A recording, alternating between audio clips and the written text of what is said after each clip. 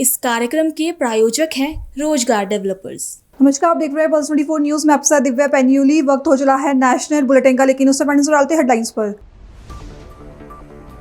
असम विधानसभा चुनाव को लेकर बीजेपी ने तेज किया चुनाव प्रचार। केंद्रीय गृह मंत्री अमित शाह ने गुवाहाटी में किया रोड शो। कहा, तीसरी बार फिर से भारी बहुमत के साथ सरकार बनाएगी बीजेपी। पश्चिम बंगाल सरकार पर बीजेपी नेता तरुण चुग ने उठाए सवाल। कहा, अमित शाह ने ममता बनर्जी की सरकार के शासनकाल में बंगाल में हो रहे अत्याचारों को किया उजागर। पेट्रोल डीजल पर एक्साइज ड्यूटी में कटौती करने पर बोले मल्लिकार्जुन खड़गे। बीजेपी सरकार पर साधा कांग्रेस के राष्ट्रीय अध्यक्ष ने निशाना। विश्व के वैश्विक हालात पर बोले पंजाब के मुख्यमंत्री भगवंत मान। कहा, पंजाब देश को अनाज भेजने के लिए बिल्कुल तैयार, लॉकडाउन लगने की अफवाह झूठी। अंबाला से अयोध्या के लिए स्पेशल ट्रेन को हरी झंडी। सीएम नायब सिंह सैनी ने हरी झंडी दिखाकर किया रवाना। कहा, हमारी सरकार ने मुख्यमंत्री तीर्थ यात्रा योजना के माध्यम से तीर्थ स्थलों का भ्रमण करवाने का किया काम। तुम दोनों की मेहनत बहुत रंग लाई है बेटा, घर बहुत सुंदर बना है। ये मेरे पापा का घर। पता है, देख तेरे पापा की नेम प्लेट अपने हाथों से लगाऊंगा। नेम प्लेट तो लग चुकी पापा।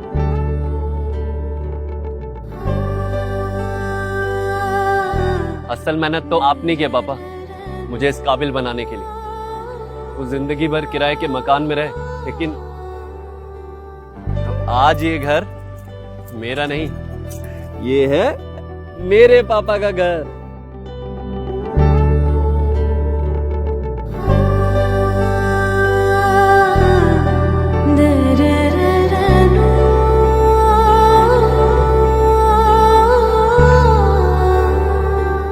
उड़ान सपनों की, आंगन खुशियों का और साथ सकर्णी का।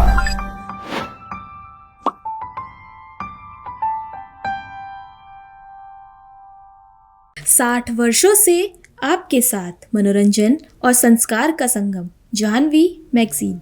आइए अब देखते हैं खबरें विस्तार से।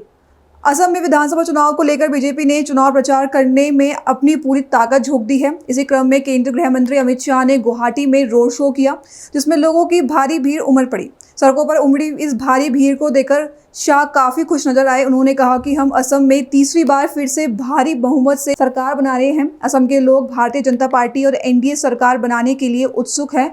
हम 90 से ज्यादा सीटों के साथ सरकार बनाएंगे। हम फिर से एक बार तीसरी बार प्रचंड बहुमत के साथ सरकार बनाने जा रहे हैं। श्री नरेंद्र मोदी जी, असम की जनता भारतीय जनता पार्टी और एनडीए की सरकार बनाने के लिए उत्सुक है। हम 90 से ज्यादा सीटों के साथ फिर से एक बार सरकार बनाएंगे। धन्यवाद। दिल्ली में पश्चिम बंगाल सरकार पर बीजेपी नेता तरुण चुग ने निशाना साधा। उन्होंने कहा कि गृह मंत्री अमित शाह ने ममता बनर्जी की सरकार के शासनकाल में बंगाल में हो रहे अत्याचारों को उजागर किया है।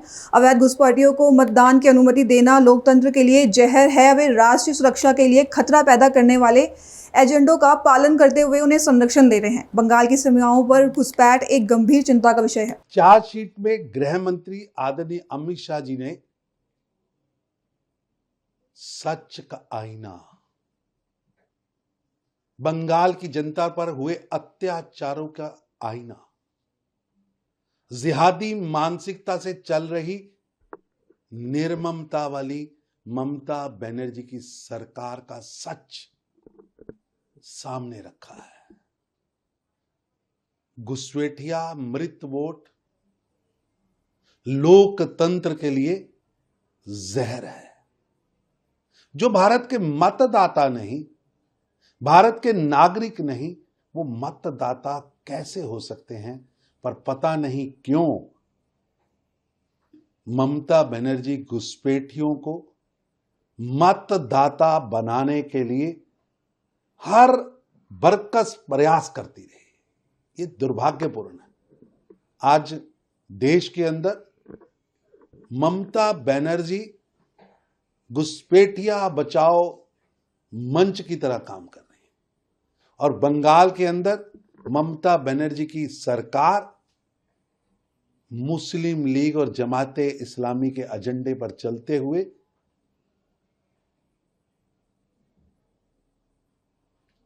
घुसपैठियों को प्रवेश करवाती है, जो कि राष्ट्रीय सुरक्षा के लिए खतरा है।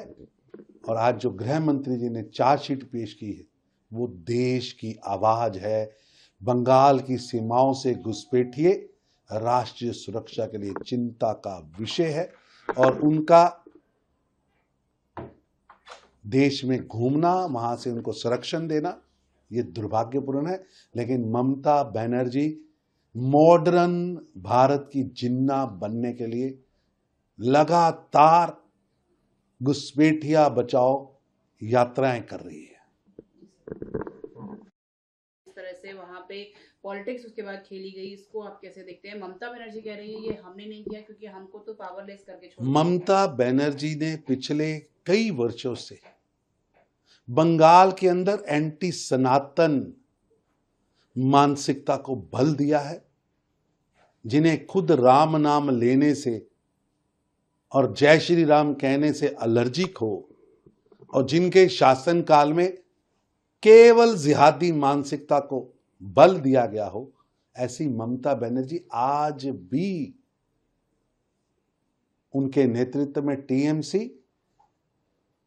मुस्लिम लीग और जमाते इस्लामी का एजेंडा बंगाल में चला रहे हैं। दिल्ली में पेट्रोल और डीजल पर उत्पाद शुल्क में कटौती के संबंध में कांग्रेस के राष्ट्रीय अध्यक्ष मल्लिकार्जुन खड़गे ने कहा कि पहले ही कीमतें इतनी बढ़ा दी है और आज इसे घटाकर वे कहना चाहते हैं कि हमने इसे कम कर दिया है। सरकार ने लाखों करोड़ों रुपए लूटे और अब पैसा वसूलने के बाद उन्होंने कुछ राहत दी है। यदि आप यूपीए सरकार के आंकड़ों और आज के आंकड़ों को देखें तो जब तेल की कीमतें कम थी तब उन्होंने कीमतें बढ़ाई और अब उन्होंने कम कर दी है, इसलिए जनता को कोई राहत नहीं मिली है। देखो, पहले ही इतना भारी उन्होंने बढ़त की है और आज कम करके वो ये कहना चाहते हैं कि हम कम करें। अरे पहले तो ये इतने लाखों करोड़ों में गवर्नमेंट ने उसको लूट लिया और अब जो पैसे जमा करने के बाद थोड़ा सा राहत दिए। अब अगर आपके पिछले यूपीए सरकार के फिगर्स देखेंगे और आज के फिगर्स को देखेंगे और बीच में जो ऑयल के प्राइसेस गिरे हुए थे उस वक्त उन्होंने जो बढ़ाया अब वो घटाया, तो इसीलिए ये जनता को कोई राहत नहीं है। तो उन्होंने अपने जेब में पैसे पहले जमा कर लिए, ऐसा कि 1000 रुपए जमा कर लिए, 200 रुपए वापस दे दें। विश्व के वैश्विक हालात पर सप्लाई चेन पर पड़ रहे असर के बीच पंजाब के मुख्यमंत्री भगवंत मान ने एक प्रेस वार्ता को संबोधित किया। उन्होंने कहा कि पंजाब एक बार फिर संकट मोचक बनकर सामने आएगा और राज्य के गोदामों में पड़ा गेहूं चावल देश के कोने कोने तक पहुंचाने के लिए तैयार है। इसके लिए केंद्र सरकार जरूरत पड़े तो स्पेशल ट्रेनें चलाए। साथ ही सीएम ने कहा कि हमारा प्रदेश खेती प्रधान, औद्योगिक और बॉर्डर स्टेट है। हमें खेती के लिए बरते जाने वाले सब औजारों के लिए डीजल और पेट्रोल की जरूरत पड़ती है और हमें इसकी कमी नहीं आनी चाहिए। मुख्यमंत्री ने कहा कि हमारे पास 12 दिन के लिए पेट्रोल और 14 दिन के लिए डीजल, 6 दिन के लिए एलपीजी का स्टॉक मौजूद है, तो आम हालातों में जरूरत को पूरा करने के लिए काफी होता है। शुरू करिए। सब तो पहला बहुत बहुत धन्यवाद जी मीडिया के जिन्ने भी सज्जण इत्थे पहुंचे ने, ਵੱਖ-ਵੱਖ चैनलों ਨੂੰ, ਵੱਖ-ਵੱਖ अखबारों ਨੂੰ, मैगजीनों ਨੂੰ ਤੁਸੀਂ रिप्रजेंट करते हो, बहुत बहुत धन्यवाद ਤੁਹਾਡਾ। जो खाड़ी देशों ਦੇ ਵਿੱਚ लड़ाई चल रही है ਉਹਦੇ ਕਰਕੇ पूरी दुनिया ਦੇ ਵਿੱਚ एक किस्म ਦਾ पैनिक टाइप होया है, क्योंकि ਜਿਹੜਾ समुद्री रास्ता है वो एक रुकावट बन गया है।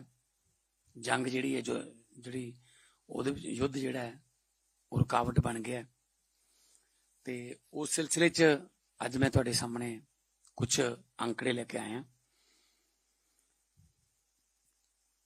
कल शाम ਨੂੰ प्रधानमंत्री जी नाल सारे मुख्यमंत्रियों की वर्चुअल मीटिंग हुई है। बड़ा विस्तार दे विच हर एक स्टेट ने अपना अपना पक्ष रखा। कोई स्टेट ਦਾ ਜਿਹੜਾ ਸਮੁੰਦਰ ਦਾ ਤੱਟ ਲੱਗਦਾ ਉਹਨਾਂ ਨੂੰ, ਉੜੀਸਾ ਵਗੈਰਾ ਜਿਵੇਂ, ਜਾਂ ਗੁਜਰਾਤ, ਕਿਸੇ ਸਟੇਟ ਦੇ ਵਿੱਚ ਕੋਇਲੇ ਦੀਆਂ ਖਾਨਾਂ ਨੇ ਜਿਵੇਂ ਝਾਰਖੰਡ ਜਾਂ ਛੱਤੀਸਗੜ੍ਹ, ਤੇ ਕੋਈ ਸਟੇਟ ਜਿਹੜੀ ਹੈ ਉਹ ਕਿਸੇ ਹੋਰ, ਜਿਵੇਂ ਪੰਜਾਬ ਦੀ ਸਟੇਟ ਹੈ, ਅਸੀਂ ਖੇਤੀ ਨਾਲ ਸੰਬੰਧਿਤ, ਇੰਡਸਟਰੀ ਨਾਲ ਸੰਬੰਧਿਤ ਤੇ ਬਾਰਡਰ ਨਾਲ ਸੰਬੰਧਿਤ ਜਿਹੜੇ ਆਪਣੇ ਮੁੱਦੇ ਰੱਖੇ ਨੇ। ਸਭ ਤੋਂ ਪਹਿਲਾਂ ਤਾਂ ਅਸੀਂ ਪ੍ਰਧਾਨ ਮੰਤਰੀ ਜੀ ਨੂੰ ਇਹੀ ਬੇਨਤੀ ਕੀਤੀ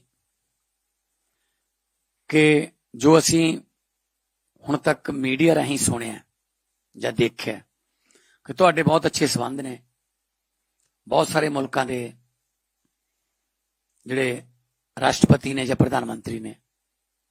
ਤੁਸੀਂ ਐਡ ਵੀ ਅਸੀਂ ਸੁਣਦੇ ਰਹੇ ਹਾਂ ਕਿ ਯੁੱਧ ਬੰਦ ਕਰਾ ਕੇ, ਯੁੱਧ ਰੁਕਵਾ ਕੇ ਤੁਸੀਂ ਭਾਰਤੀਆਂ ਨੂੰ ਸੁਰੱਖਿਅਤ ਕੱਢਣ ਦੇ ਦਾਅਵੇ ਕਰਦੇ ਹੋ, ਤੇ ਇਹ ਵਕਤ ਆਪਣੀ ਉਸ ਪਰਸਨਲ ਦੋਸਤੀ ਨੂੰ ਇਸਤੇਮਾਲ ਕਰਨ ਦਾ ਭਾਰਤ ਦੇ 140 ਕਰੋੜ ਲੋਕਾਂ ਲਈ ਕਿ ਤੁਸੀਂ ਅੱਗੇ ਹੋ ਕੇ ਇਹਦੇ ਵਿੱਚ ਆਪਣੇ ਭਾਰਤ ਨੂੰ, ਸਾਡੇ ਦੇਸ਼ ਨੂੰ ਕੋਈ ਪੈਟਰੋਲੀਅਮ ਉਤਪਾਦਾਂ ਦੀ ਜਾਂ ਕੋਈ ਹੋਰ ਜਿਹੜੇ ਇੰਪੋਰਟ ਐਕਸਪੋਰਟ ਦੇ ਕੰਮ ਹੁੰਦੇ ਨੇ ਉਹਨਾਂ 'ਚ ਦਿੱਕਤ ਨਾ ਆਵੇ। ਤੁਸੀਂ ਅੱਗੇ ਲੱਗ ਕੇ ਇਨੀਸ਼ੀਏਟਿਵ ਲਓ, ਕਿਉਂਕਿ ਵਿਸ਼ਵ ਗੁਰੂ ਬਣਨ ਦੀਆਂ ਗੱਲਾਂ ਅਸੀਂ ਕਰ ਰਹੇ ਹਾਂ, ਪਰ ਜੋ ਸੁਣ ਰਹੇ ਹਾਂ ਜਾਂ ਪੜ੍ਹ ਰਹੇ ਹਾਂ ਉਹ ਕਿਸੇ ਹੋਰ ਪਾਸੇ ਨੂੰ ਜਾ ਰਿਹਾ ਕਿ ਸਾਨੂੰ ਵਾਈਟ ਹਾਊਸ 'ਚ ਆਰਡਰ ਆਉਂਦਾ ਹੈ ਭਾਰਤ ਨੂੰ ਕਿ ਅਸੀਂ ਤੁਹਾਨੂੰ 1 ਮਹੀਨੇ ਵਾਸਤੇ ਰਸ਼ੀਆ ਤੋਂ ਕੱਚਾ ਤੇਲ ਜਾਂ ਰਸ਼ੀਆ ਤੋਂ ਤੇਲ ਖਰੀਦਣ ਦੀ ਇਜਾਜ਼ਤ ਦਿੰਦੇ ਹਾਂ। ਮਤਲਬ ਕਿ ਅਸੀਂ ਹੁਣ ਵਾਈਟ ਹਾਊਸ ਤੋਂ ਇਜਾਜ਼ਤ ਲੈ ਕੇ ਚਲਾਵਾਂਗੇ ਮੁਲਕ ਨੂੰ। ਅਸੀਂ ਤਾਂ ਵਿਸ਼ਵ ਗੁਰੂ ਬਣਨਾ ਸੀ, ਅਸੀਂ ਵਿਸ਼ਵ ਚੇਲੇ ਕਦੋਂ ਕਦੇ ਬਣਦੇ ਜਾ ਰਹੇ ਹਾਂ। ਇਹ ਵੀ ਗੱਲ ਰੱਖੀ ਗਈ। ਬਾਕੀ ਅਸੀਂ ਕਹਿ, ਸੰਕਟ ਦੇ ਵਿੱਚ ਪੰਜਾਬ ਹਮੇਸ਼ਾ ਸਾਥ ਦਿੰਦਾ ਹੈ। ਜਦੋਂ ਵੀ ਦੇਸ਼ ਤੇ ਕੋਈ ਨਾ ਕੋਈ ਸੰਕਟ ਆਇਆ, ਪੰਜਾਬ ਹਮੇਸ਼ਾ ਮੋਹਰੀ ਸੂਬੇ ਦੇ ਤੌਰ ਤੇ ਅੱਗੇ ਆਪਣਾ ਯੋਗਦਾਨ ਪਾਉਂਦਾ ਰਿਹਾ। ਜਿਹੜਾ ਸਾਨੂੰ ਉਹਨਾਂ ਵੱਲੋਂ ਜੋ ਅੰਕੜੇ ਆਏ ਤੇ ਅਸੀਂ ਜੋ ਕਿਹਾ ਉਹਦੇ ਵਿੱਚ ਇਹੀ ਹੈ ਕਿ ਸਭ ਤੋਂ ਪਹਿਲਾਂ ਤਾਂ ਮੈਂ ਇਹ ਕਿਹਾ ਕਿ ਸਾਡੀ ਹੁਣ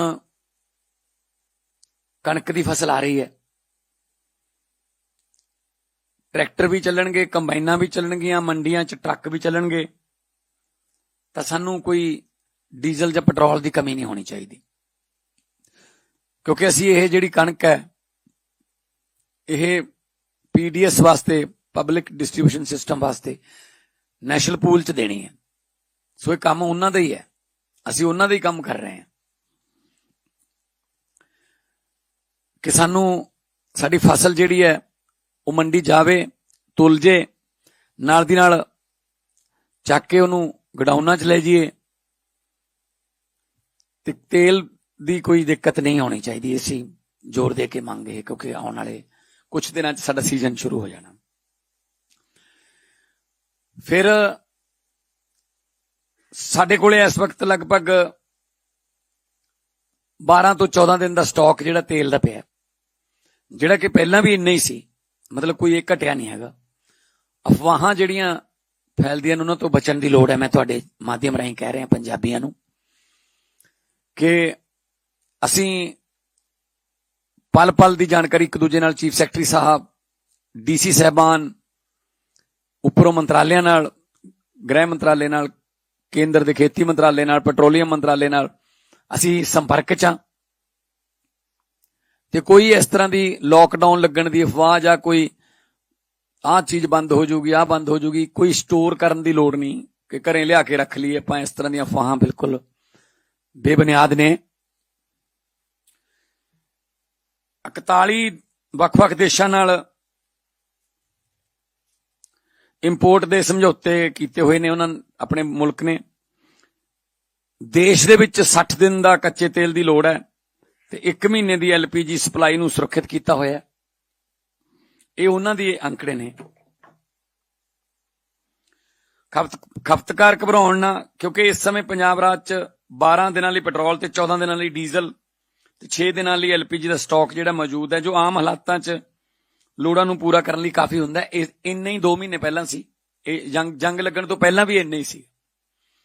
मतलब जो भी डिमांड आ रही है ਉਹਨੂੰ ਅਸੀਂ ਪੂਰਾ ਕਰ ਰਹੇ ਹਾਂ। ਪਰ ਹਾਂ ਡਿਮਾਂਡ ਜਿਹੜੀ ਜ਼ਿਆਦਾ ਵੱਧ ਗਈ, ਲਾਈਨਾਂ ਲੱਗੀਆਂ ਤਾਂ ਨਜ਼ਰ ਆਉਂਦੀਆਂ ਨੇ। ਚੀਫ ਸੈਕਟਰੀ ਸਾਹਿਬ ਨੂੰ ਨਿਰਦੇਸ਼ ਕੀਤਾ ਗਿਆ ਕਿ ਡੀਸੀ ਸਾਹਿਬਾਨ ਨਾਲ ਸਾਰਿਆਂ ਨੂੰ ਸੰਪਰਕ ਰੱਖੋ, ਜਿੱਥੇ ਕਿਤੇ ਵੀ ਕੋਈ ਪੈਟਰੋਲ ਪੰਪ ਤੇ ਲਾਈਨ ਲੱਗਦੀ ਉਹਦਾ ਚੈੱਕ ਕਰੋ। ਲਾਈਨ ਲਾਉਣ ਵਾਲੇ ਕੋਈ ਹਾਲਾਤ ਨਹੀਂ ਹੈਗੇ, ਬਿਲਕੁਲ ਰੂਟੀਨ ਵਾਂਗੂ ਆਪਣਾ ਇਸਤੇਮਾਲ ਕਰੋ, ਚਾਹੇ ਉਹ LPG ਹੈ, ਚਾਹੇ ਉਹ ਡੀਜ਼ਲ ਹੈ, ਚਾਹੇ ਉਹ ਕਿਸੇ ਵੀ ਕਿਸਮ ਦਾ ਪੈਟਰੋਲੀਅਮ ਪਦਾਰਥ ਤੁਸੀਂ ਇਸਤੇਮਾਲ ਕਰ ਰਹੇ ਹੋ। 70% ਕਮਰਸ਼ੀਅਲ ਵਾਸਤੇ ਵਧਾਉਣ ਦਾ ਕੱਲ ਰਾਤ ਐਲਾਨ ਕੀਤਾ ਗਿਆ ਤੇ ਅਸੀਂ ਉਹਨਾਂ ਨੂੰ ਕਿਹਾ ਕਿ ਇਹਦੇ ਜਿਹੜੀਆਂ ਹੋਰ ਕੰਡੀਸ਼ਨਾਂ ਲੱਗੀਆਂ ਹੋਈਆਂ ਨੇ ਉਹ ਵੀ ਹਟਾ ਦਿੱਤੀਆਂ ਜਾਣ, ਤਾਂ ਕਿ ਅਸੀਂ ਕੋਈ ਫੈਕਟਰੀ ਨੂੰ ਵੀ ਨਾ ਕੋਈ ਇਸ ਤਰ੍ਹਾਂ ਕਹੀਏ ਕਿ ਹਫ਼ਤੇ 'ਚ 2 ਦਿਨ ਬੰਦ ਰੱਖਣੀ ਹੈ ਜਾਂ ਹਫ਼ਤੇ 'ਚ 3 ਦਿਨ, ਇਸ ਤਰ੍ਹਾਂ ਦੀ ਕੋਈ ਕੰਡੀਸ਼ਨ ਨਾ ਹੋਵੇ। ਕਿਉਂਕਿ ਜਦੋਂ ਫੈਕਟਰੀ ਚੱਲਦੀ ਹੈ ਤਾਂ ਹਜ਼ਾਰਾਂ ਲੋਕਾਂ ਦੇ ਚੁੱਲ੍ਹੇ ਜਿਹੜੇ ਉਹ ਕੰਮ ਕਰਨਾ ਡੇਲੀ ਬੇਜ ਵਾਲੇ ਜਿਹੜੇ ਨੇ ਮਜ਼ਦੂਰ ਨੇ ਜਾਂ ਉਹਨਾਂ ਦੇ ਕਾਮੇ ਨੇ ਜਿਹੜੇ ਉਸੇ ਦਿਨ ਹੀ ਕਮਾਉਂਦੇ ਨੇ ਉਸੇ ਦਿਨ ਖਾਂਦੇ ਨੇ। ਸੋ ਬਿਲਕੁਲ ਇਸ ਤਰ੍ਹਾਂ ਦਾ ਧਿਆਨ ਰੱਖਿਆ ਜਾਊਗਾ। ਪਬਲਿਕ ਡਿਸਟ੍ਰੀਬਿਊਸ਼ਨ ਸਿਸਟਮ ਦੇ ਵਿੱਚ ਕੋਈ ਕਣਕ ਦੀ, ਆਟੇ ਦੀ ਜਾਂ ਕੋਈ ਕਿਸੇ ਵੀ ਕਿਸਮ ਦੇ ਖਾਦ ਭੰਡਾਰ ਦੀ ਕੋਈ ਕਮੀ ਨਹੀਂ ਹੈ। DAP ਦੀ ਅਸੀਂ ਸਪੈਸ਼ਲੀ ਕਿਹਾ ਕਿ DAP ਦੀ ਜਿਹੜੀ ਲੋੜ ਹੈ ਉਹ ਸਾਨੂੰ ਬਕਾਇਦਾ ਤੌਰ ਤੇ ਪੰਜਾਬ ਨੂੰ ਪ੍ਰਾਇੋਰਟੀ ਬੇਸ ਤੇ ਦਿੱਤਾ ਜਾਵੇ, ਕਿਉਂਕਿ ਅੱਗੇ ਅਸੀਂ ਝੋਨਾ ਵੀ 1 ਜੂਨ ਤੋਂ ਸਾਡੇ ਝੋਨੇ ਦੀ ਫਸਲ ਵੀ ਜਿਹੜੀ ਹੈ ਉਹਦੀ ਬਿਜਾਈ ਸ਼ੁਰੂ ਹੋ ਜਾਊਗੀ। ਇਸ ਤੋਂ ਇਲਾਵਾ ਪ੍ਰੈਸ ਨੂੰ ਰੋਜ਼ਾਨਾ ਸੂਚਿਤ ਕਰਨ ਲਈ ਇੱਕ ਨੋਡਲ ਅਧਿਕਾਰੀ ਵੀ ਨਿਯੁਕਤ ਕੀਤਾ ਗਿਆ, ਤਾਂ ਕਿ ਤੁਹਾਡੇ ਜ਼ਰੀਏ ਸਾਰਾ ਕੁਝ ਹਰ ਰੋਜ਼ ਅਸੀਂ ਦੱਸ ਸਕੀਏ, ਕੋਈ ਪੈਨਿਕ ਨਾ ਕਿਤੇ ਕ੍ਰੀਏਟ ਹੋਵੇ, ਕਿਤੇ ਇਸ ਤਰ੍ਹਾਂ ਦਾ ਘਬਰਾਹਟ ਨਾ ਕੋਈ ਲੋਕਾਂ ਦੇ ਵਿੱਚ ਫੈਲੇ। ਤੇ ਤੇਲ ਦੀ ਮਾਰਕੀਟਿੰਗ ਕੰਪਨੀਆਂ ਜਿਹੜੀਆਂ ਨੇ ਉਹਨਾਂ ਦੀ ਚੰਡੀਗੜ੍ਹ ਵਿਖੇ ਸੂਬਾ ਪੱਧਰ ਦੀ ਅਧਿਕਾਰੀਆਂ ਨਾਲ ਮੀਟਿੰਗ ਹੋਈ ਹੈ ਤੇ ਤਾਲਮੇਲ ਰੱਖ ਰਹੇ ਹਾਂ। ਖੁਰਾਕ ਤੇ ਸਿਵਲ ਸਪਲਾਈ ਤੇ ਖਪਤਕਾਰ ਮਾਮਲੇ ਵਿਭਾਗ ਤੇ ਤੇਲ ਮਾਰਕੀਟਿੰਗ ਕੰਪਨੀਆਂ ਦੇ ਅਧਿਕਾਰੀਆਂ ਦੀਆਂ ਵਿਸ਼ੇਸ਼ ਟੀਮਾਂ ਤਾਇਨਾਤ ਕੀਤੀਆਂ ਗਈਆਂ ਨੇ। ਕਾਲਾ ਬਾਜ਼ਾਰੀ, ਜਮਾਖੋਰੀ ਤੇ ਗੈਰ ਕਾਨੂੰਨੀ ਗਤੀਵਿਧੀਆਂ ਨੂੰ ਰੋਕਣ ਲਈ ਲਗਾਤਾਰ ਕੰਮ ਕਰ ਰਹੀਆਂ। 27 ਮਾਰਚ 2026 ਤੱਕ ਕੱਲ ਤੱਕ 1497 ਚੈਕਿੰਗਾਂ ਕੀਤੀਆਂ ਗਈਆਂ। 301 LPG ਸਿਲੰਡਰ ਜ਼ਬਤ ਕੀਤੇ ਗਏ ਨੇ, ਜਿਹੜੇ ਉਹਨਾਂ ਨੂੰ ਮਹਿੰਗੇ ਭਾਅ ਵੇਚਣ ਦੀ ਕੋਸ਼ਿਸ਼ ਕਰਦੇ ਆ ਜਾਂ ਆਪਦਾ ਚੋਂ ਅਫਸਰ ਲੱਭਦੇ ਆ ਜਾਂ ਕੋਈ ਕਹਿੰਦਾ ਮੈਂ ਕੋਈ ਇਸ ਤਰ੍ਹਾਂ ਦੀ ਅਫਵਾਹ ਫੈਲਾ ਕੇ ਮੈਂ ਆਪਣਾ ਜਿਹੜਾ ਮਹਿੰਗਾ ਵੇਚੂੰਗਾ ਮੈਂ ਸਿਲੰਡਰ, ਇਸ ਤਰ੍ਹਾਂ ਦੀ ਜੇ ਕੋਈ ਕਿਸੇ ਨੇ ਕਰਨ ਦੀ ਕੋਸ਼ਿਸ਼ ਕੀਤੀ ਤਾਂ ਸਖਤ ਕਾਨੂੰਨੀ ਕਾਰਵਾਈ ਕੀਤੀ ਜਾਊਗੀ।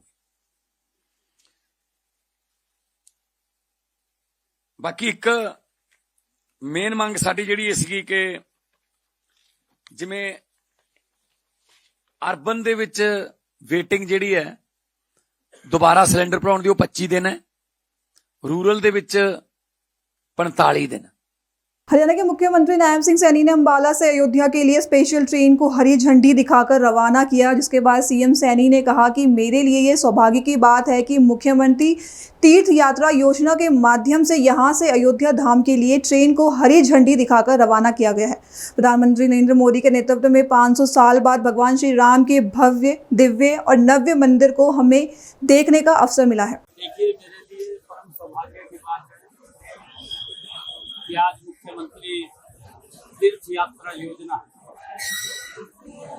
उसके माध्यम से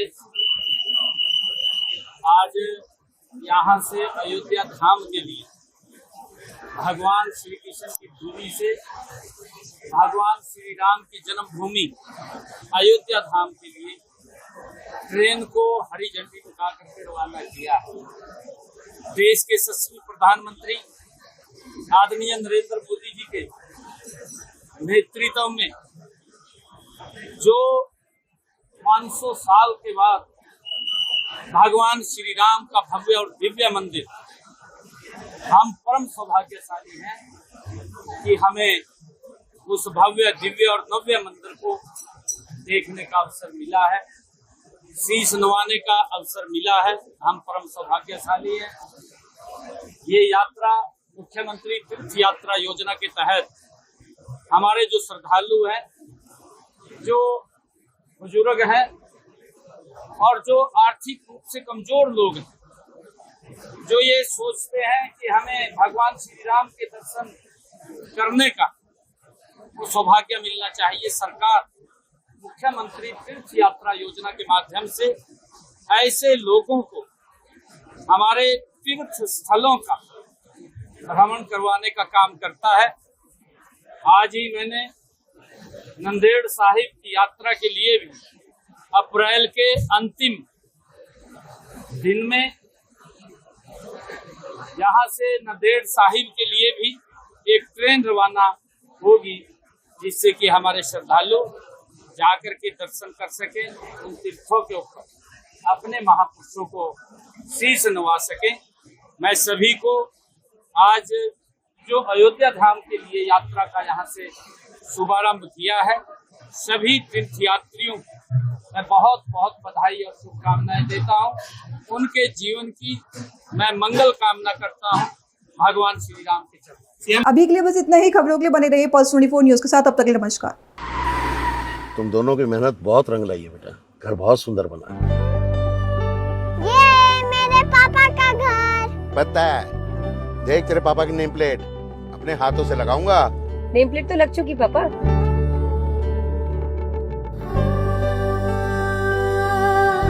असल मेहनत तो आपने किया पापा, मुझे इस काबिल बनाने के लिए। वो जिंदगी भर किराए के मकान में रहे, लेकिन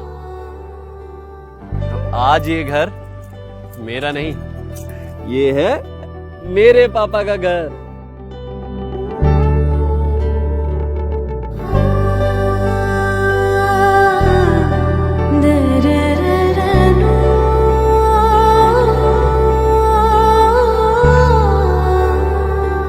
उड़ान सपनों की, आंगन खुशियों का और साथ सकर्णी का।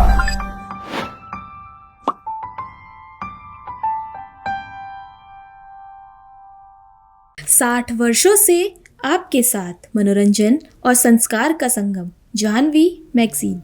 इस कार्यक्रम के प्रायोजक थे रोजगार डेवलपर्स।